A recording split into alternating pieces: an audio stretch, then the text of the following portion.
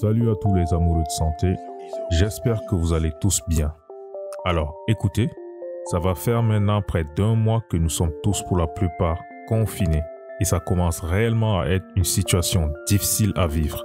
Il faut le dire, jusqu'ici, le monde subit alors que le Covid se propage à une vitesse exponentielle. Responsable de plus de 35 000 décès dans le monde, les scientifiques travaillent d'arrache-pied pour trouver un remède.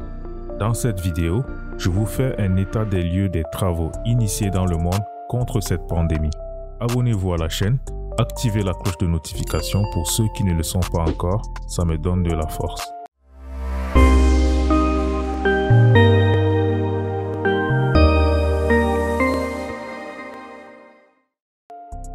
Alors écoutez, au risque de décevoir nombreux d'entre vous, il faut encore attendre un peu en matière de traitement.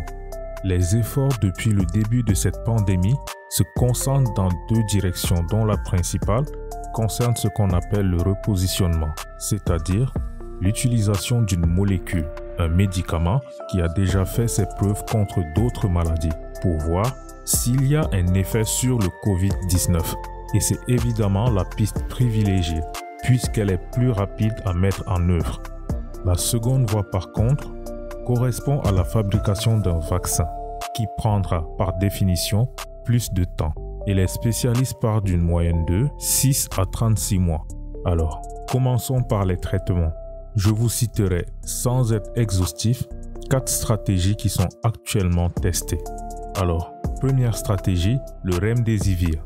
C'est un antiviral qui a été développé lors de l'épidémie d'Ebola de 2014. Deuxième stratégie, l'Iponavir et le Ritonavir.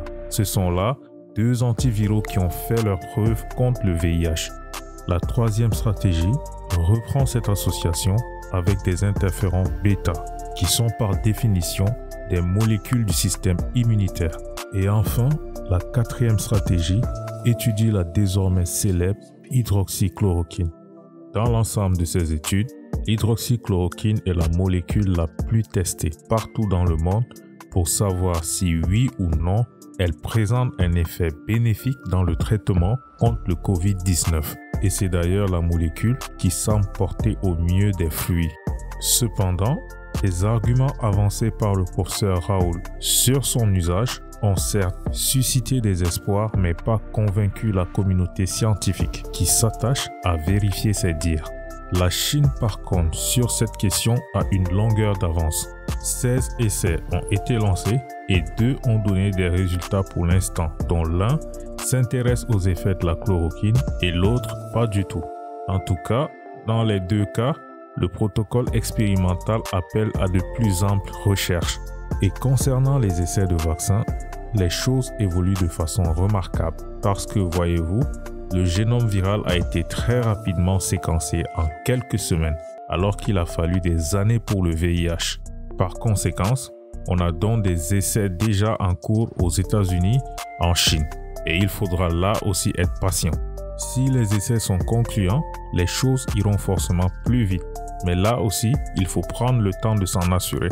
Il faut comprendre qu'en effet, la fabrication d'un vaccin est un véritable marathon. Elle nécessite toute une série d'étapes étroitement contrôlées pour garantir la sécurité et l'efficacité du produit final. Vous comprenez donc que si l'une de ces étapes est prise en défaut, le vaccin sera totalement remis en cause. Et en ce moment, c'est plus de 70 pays qui ont rejoint des essais d'envergure. Ils sont coordonnés par l'OMS pour accélérer la recherche d'un traitement efficace. Pendant que de l'autre côté, c'est une vingtaine d'institutions et d'entreprises qui se précipitent pour mettre au point un vaccin contre le Covid-19. Je ne finirai pas cette vidéo sans évoquer l'actualité de ces derniers temps, riche en déclarations sur des projets de test de certains vaccins en Afrique. Heureusement que le directeur général de l'OMS, M. Tedros, veille au grand. Il a d'ailleurs souligné lors d'un point de presse que l'Afrique ne peut pas être et ne sera pas un terrain d'essai pour aucun vaccin. Voilà mes chers amis, c'est tout pour aujourd'hui. J'espère que vous avez aimé. Un conseil, restez chez vous. Je vous dis, soyez pélés.